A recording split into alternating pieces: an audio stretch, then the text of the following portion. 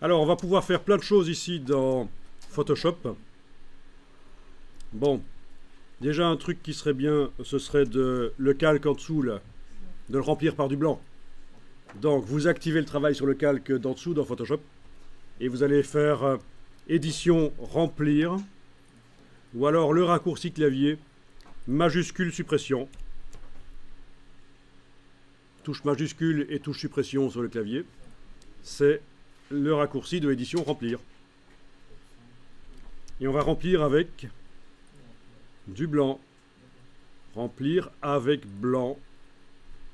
Vous ne cochez pas conserver les zones transparentes, évidemment, sinon ça ne voudra jamais remplir le calque, puisqu'il est rempli de transparence, lui, déjà. Donc si vous préservez les zones transparentes, quand vous remplissez, ça va aller nulle part, le blanc, puisque le calque est rempli de transparence. Donc il ne faut pas faire ça. Hein. Voilà.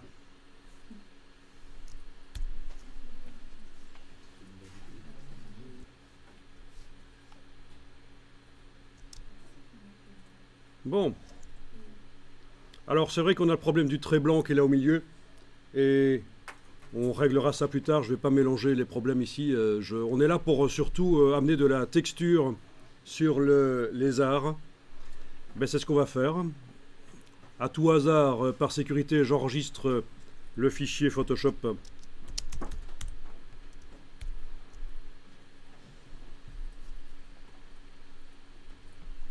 Alors, la texture, ben, y a plein de manières de travailler là-dessus. Et on est aussi là pour faire en sorte que le lézard tourne.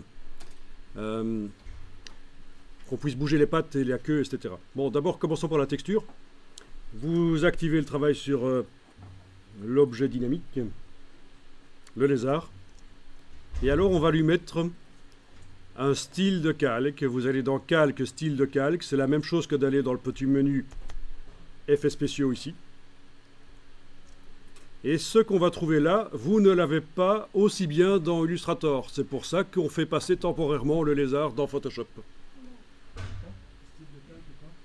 Calque, style de calque. Et alors vous pouvez aller dans les options de fusion. C'est la porte d'entrée vers tous les effets spéciaux.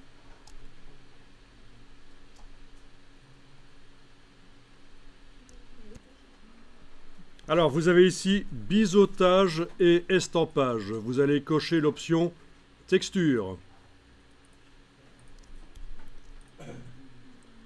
Ça veut dire qu'on va utiliser une texture pour modifier la surface du lézard.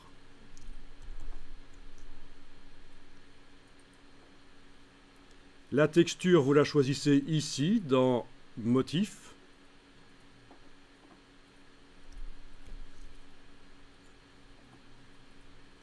D'accord ? Il va falloir modifier l'échelle, c'est-à-dire faire en sorte qu'elle soit plus grande éventuellement.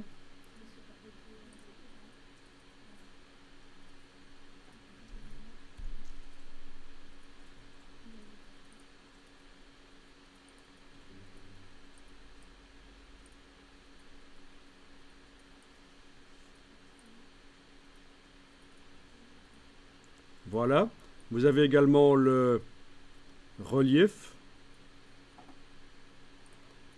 Alors avec mon lézard à 600 pixels par pouce, il faut monter haut dans l'échelle, hein, forcément. Je ne devrais pas monter aussi haut pour avoir cet effet-là, si je n'avais pas transformé l'image en 600 pixels par pouce au lieu de 300. Mais bon. Alors le relief, ben oui, vous choisissez le relief. Est-ce que c'est un peu lent chez vous? Chez moi, c'est un peu lent. Donc ce que je vais faire, c'est revenir à 300 pixels par pouce. Image, taille de l'image. Il ne faut surtout pas laisser l'informatique tuer la créativité si vous devez attendre, si c'est lent. Donc voilà, 300 pixels par pouce, ce sera mieux finalement. Image, taille de l'image, 300 pixels par pouce.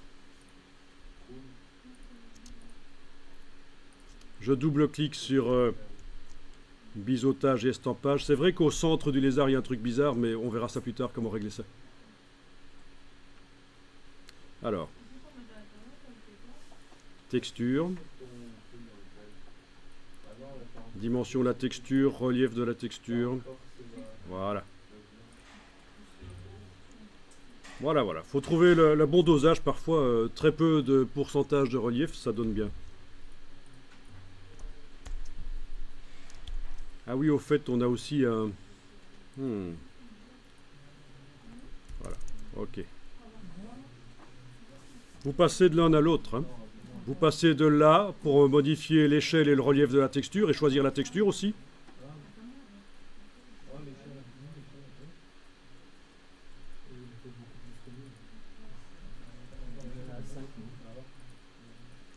Vous êtes à... Ah oui, mais parce qu'en fait on peut les ajouter les motifs, hein. On peut les créer, on peut aller chercher des images sur le web et les transformer en motifs qu'on récupère là. On peut aussi aller en chercher dans la bibliothèque. On peut prendre des photos soi-même pour faire des motifs. Bon, si vous voulez plus de motifs, vous pouvez faire ceci. Quand vous êtes à cet endroit-ci, vous allez dans le petit menu et vous avez en bas des textures érodables, notamment, voilà, motifs nature, etc. Et alors, quand vous choisissez, ça va vous demander, tiens, vous voulez remplacer les motifs qui existent ou les ajouter? Mais vous choisissez ajouter. Comme ça, vous allez vous retrouver avec plein de nouveaux motifs. Voilà les motifs nature. Très très intéressant ça. Mais ça prend pas la couleur parce qu'en fait ça sert à modifier la surface. Juste le relief. Et oui, c'est une texture de relief ça. Bon, je trouve ça très très intéressant de pouvoir faire ce genre de choses. Donc vous voyagez de là pour choisir l'échelle, le relief et le type de motif que vous utilisez. Vous passez à biseautage et estampage, cliquez sur le nom pour faire apparaître les effets et vous avez le réglage de profondeur. Voilà. Voilà. La taille du biseau sur le côté.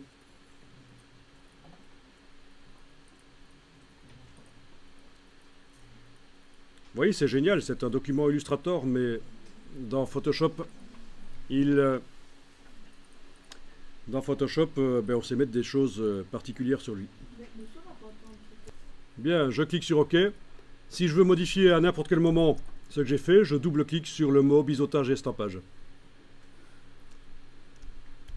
Et ça réouvre, ou alors je retourne dans calque, style de calque, biseautage et estampage, et je retrouve tout ça. Alors bien sûr ici la texture se met aussi sur les yeux, c'est pas très logique.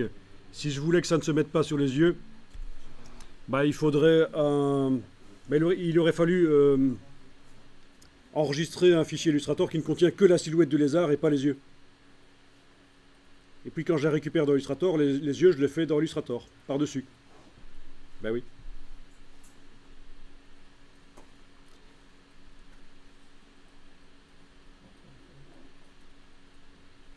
Alors, vous enregistrez le document Photoshop.